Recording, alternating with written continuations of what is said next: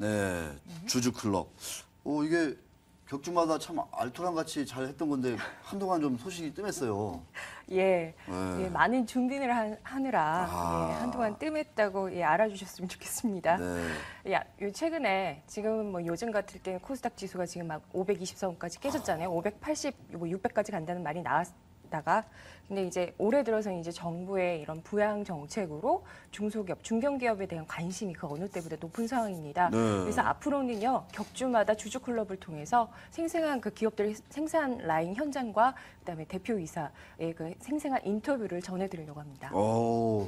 자, 주주클럽 어떤 내용들이 좀 준비되어 있는지 이제 새롭게 이제 새 단장을 했으니까 예. 네, 한번 소개해 주시죠. 예, 일단 저희가 한 주간의 이슈를 한번 정리를 해봤습니다. 뭐 주요 공시사항들이 있잖아요. 그리고 특징주 그런 것들을 정리를 해봤는데요. 이번 주는 역시나 이제 시장 상황이 워낙 안 좋다 보니까 이제 코스닥 지수도 많이 내려갔죠. 이런 와중에 이제 코스닥 그 시장에서 가장 눈에 띄었던 걸 한번 찾아봤는데요. 기업들 뭐 용연 BM도 그렇고 개인빌도 그렇고 유상증자 소식으로 주가가 이제 급락을 했습니다. 그래서 이제 증권사들이 이제 리포트를 낼 때도 조금 유상증자가 악재로 작용을 하니까 이제 목표 주가를 서서히 낮췄고요. 이렇게 됨에 따라서 또 이제 투심을 잃고 이제 주가가 하락을 하겠죠. 그다음에 반대로 요즘처럼 안 좋은 시장에서는 주가가 오르는 기업이 주목받겠죠. 네. 그죠? 그래서 주가가 오르는 코스닥 몇 개 기업을 봤더니 아니나 다를까 조금 호재가 되는 그런 M&A 이슈가 있는 그런 기업들이 주가가 좋았습니다. 이렇게 하락장 속에서도요. 그래서 대표적으로 태산 LCD하고 태창 파로스가 이렇게 조금 그 하락장 속에서도 이제 속폭의 오름세를 보이고 있었습니다. 그렇군요. 이게 이제 이번 주 코스닥 이슈. 이 이슈는 이제 매주 주주클럽 할 때마다 우리 김 기자라든가 다른 기자분들이 좀 정리를 해주시겠다는 말씀이시죠? 네, 간략하게 정리를 해드리겠습니다. 경기가 안 좋을 때, 시장이 안 좋을 때 유상증자는 상당히 좀 악재가 네. 될 수가 있는 거죠. 꼭 봐야 될 것 같습니다. 유상증자 할 만한 기업들 고르는 방법도 있는데 우리 기고문장 기자실 시청자분들은 똑똑해져서 가지고 이제 다 할 것 같아요. 그런 거. 네. 자, 드디어 이제 주주클럽의 메인 코너죠. 코스닥 기업 탐방입니다. 그죠? 네. 자, 탐방 다녀오신 기업을 이제 소개해 주실 텐데 첫 번째 기업 어딘가요? 첫 번째 기업은요. 지난해는 전차 군단이라고 그래서 전자하고 자동차 업종이 좋았잖아요. 근데 올해 들어서 이제 일본의 그런 변수 때문에 엔저 현상이 있었죠. 그래서 자동차 업종이 타격이 컸습니다. 그래서 이렇게 전방 산업인 자동차 업종이 타격이 컸는데 그 후방 산업인 이제 자동차 부품 업체들의 그런 상황은 어떨까 궁금해서 자동차 부품 업체인 코다코를 찾아가 봤습니다. 코다코. 예, 코다코.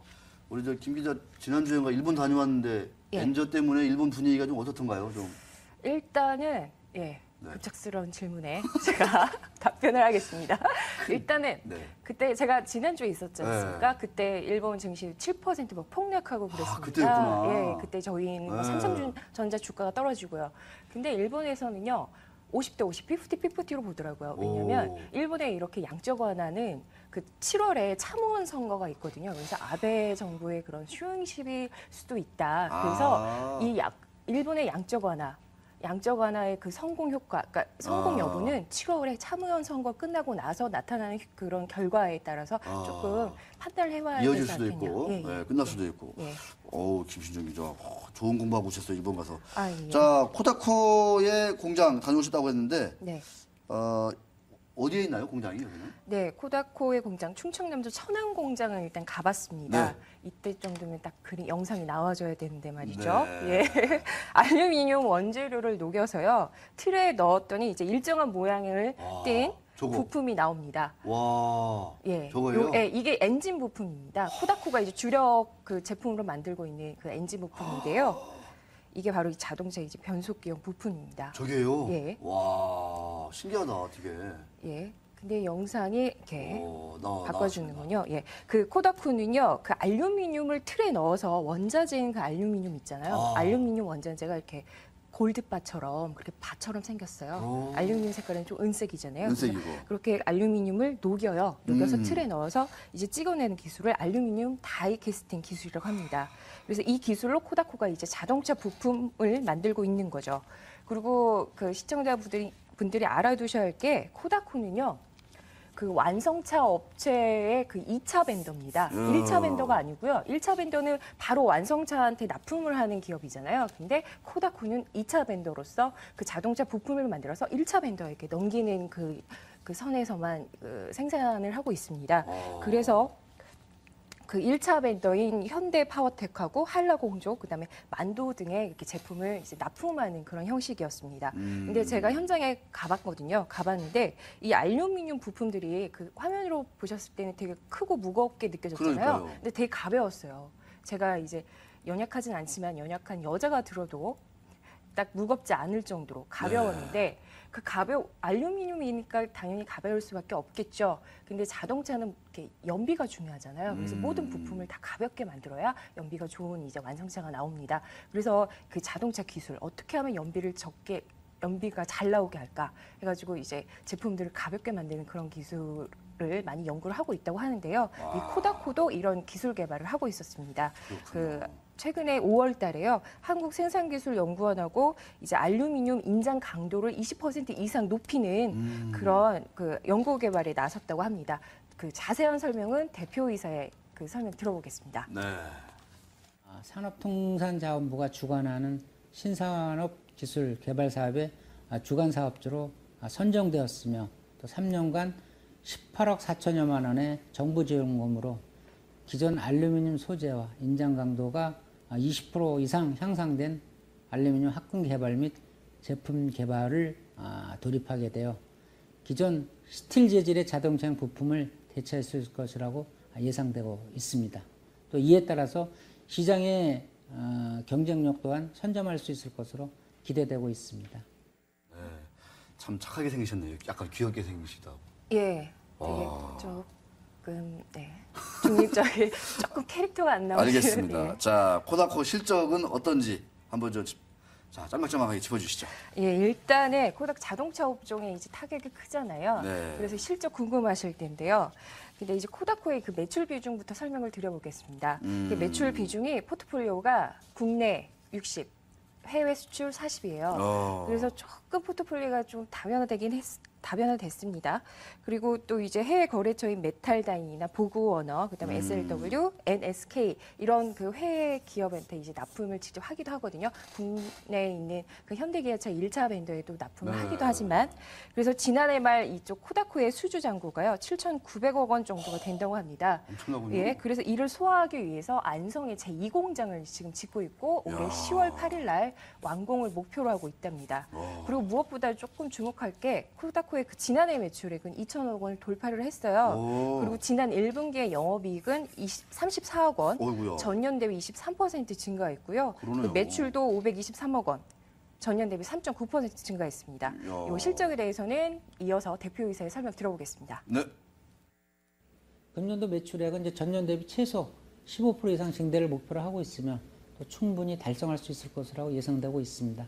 2015년도에는 매출액 기준 3천억 돌파와 또 국내 완성차 업체의 1차 협력사가 되어서 명실상부한 자동차용 알루미늄 다이캐스팅 분야의 글로벌 리더로 발돋움하는 것을 목표로 또 저를 포함한 전 임직원이 각고의 노력을 기울이고 있습니다. 네. 아주 의지가 굳세시네요. 네, 그 대표이사님의 그 끝에 각고의 그 임직원들의 각고의 노력이 돋보이고 있습니다. 이 말이 나와서 이 말씀을 드린 건데 코다쿠도 키코로 어려움을 키코. 겪었어요. 예. 지난 2009년도에.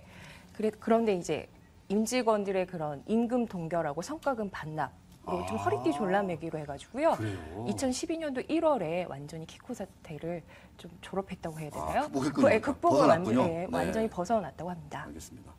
자, 부채 비율이 조금 높기도 하고 최대주 지분은 좀 상대적으로 조금 낮고 낮죠. 예, 네. 이런 부분들은 좀 약간 걱정이 될 법도 한데 이 리스크 부분도 우리 김신혜 기자가 좀 끝으로 한번 차분하게 좀 짚어주시죠. 예, 코다쿠의 부채 비율은요. 올 1분기 기준으로 290%에 달합니다. 290%. 그래서 이제 시장 일각에서는 좀 우려 부분이 있는 것 같아요.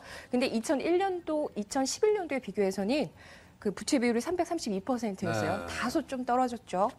근데 앞전에도 이제 코다코가 이제 수주 잔고 때문에 안성 제2공장을 짓고 공장 있다고 짓는, 했잖아요. 네, 맞아요. 그래서 투자 비용이 되게 많이 이제 투입이 됐어요. 그러니까요. 그래서 장단기 차입이 되게 많다고 합니다. 아하. 그래서 원래 당초 계획 250% 부채 비율을 250%까지 끌어내린다는 계획이었는데 이렇게 장단기 차입이 많다 보니까 이제 250%는 올해는 힘들 것 같다. 그렇게 말씀을 하셨고요. 그 다음에 이제 이렇게 차입 부채 비율을 이제 줄이지는 못하지만 대신 이자 비용을 좀 줄여서 아하. 이렇게 조금씩 이제 부채 비율을 줄여 나가고 있다고 합니다. 또 이제 네. 이제 도래하고 있는 BW나 CW도 전환을 해서 부채 비율을 이제 줄여 나간다는 계획이고요. 그래서 무엇보다 2015년에는요 부채 비율을 어떤 수를 써서라도 이런 우려를 해소하기 위해서라도 이제 100% 미만으로 떨어뜨려 보겠다는 그런 목표도 세워놨다고 합니다. 그렇습니다. 자, 네. 대주주 지분이 12%? 좀 적네요. 네, 예. 그 최대 주주 인귀순 예. 대표이사의 그 지분율이 12.4%고요. 네. 2대 주주는 HMC 투자증권이었습니다. 증권사, 예. 8.4%. 3대 주주는요. 그 진대재 펀드라고 잘 알려져 있는 스카이레이크 인큐베스트라고 그러니까요. 요 그 펀드가 한 7.56%를 오호. 가지고 있더라고요. 예. 예, 그래서 일단은 이런 그 지분율 차이가 얼마 안 나잖아요. 그래서 그 외부에서는 최대 주주의 지분율 경영권에 우려가 있는 거 아니냐 했는데 이제 코다코 측에서는 이게 다 우호 지분이라고 합니다. 우호 지분이다. 예, 일단 이제 거래처고 거래처에서 그 HMC 투자증권 현대자동차 계열사잖아요. 그래서 이제 거래처이다 보니까 되게 우호적인 그런 지분이 많아서 네. 그런 염려는 없다라고 이제 딱 못을 박았습니다. 알겠습니다. 네. 자, 마지막으로 이 자회사를 코넥스 시장에 상장시킨다. 네. 상당히 귀가 쫑긋 서네요. 네. 네, 이거는 아마 아직 기사가 안 나온 걸로 알고 있는데요. 예. 그 코다코의 그 종속 회사인 네. 그 NKDC가 있습니다. 이 NKDC. NKDC도 자동차 엔진 부품의 그 정밀 가공 업체인데요. 이 NKDC를 그 다음 달 7월 1일 날 코넥스 시장이 새로 개설되잖아요. 초기 창업 기업의 그 자금 조달을 위한 그 시장, 정부에서 아주 적극적으로 추진 중이잖아요. 그 코넥스 시장에 상장을 시킬 계획이라고 합니다. 그렇군요. 그래서 딱 지정 자문인으로 11개 증권사가 지정이 됐잖아요. 근데 이제 HMC 투자증권하고 이제 지정 자문인 계약을 이대 주주하고 자문이 예, 계약을 맺었군요. 예, 네. 지정 자문인 계약을 알겠습니다. 해가지고 이제 상장을 앞두고 있다고 합니다. 와, 김신정 기자가 정말 코다코와 그 자회사인 NKDC에 대해서 아주 잘 친절하게 설명해 주신 것 같습니다.